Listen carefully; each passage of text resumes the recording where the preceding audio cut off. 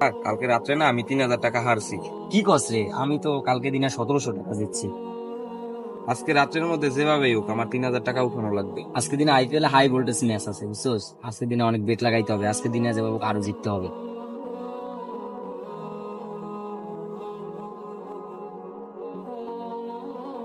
আসসালামু আলাইকুম। ওয়ালাইকুম আসসালাম।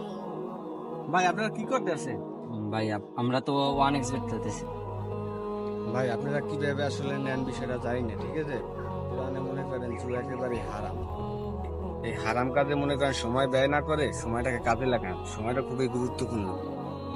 জুয়া জুয়া মনে করেন আমাদের সমাজে ভয়াবহ রূপ ধারণ করছে। আল্লাহ তাআলা কোরআনে বলছে, ইয়া আইয়ুহাল্লাযিনা আমানু ইন্নামাল খামরু ওয়াল মাইসিরু ওয়াল আনসাবু ওয়াল আজলামু রিজসুম মিন আমালিশ শাইতানি ফাস্তানিবুহু লাআল্লাকুম তুফলিহুন। হে ঈমানদারগণ, নিশ্চয়ই মদ,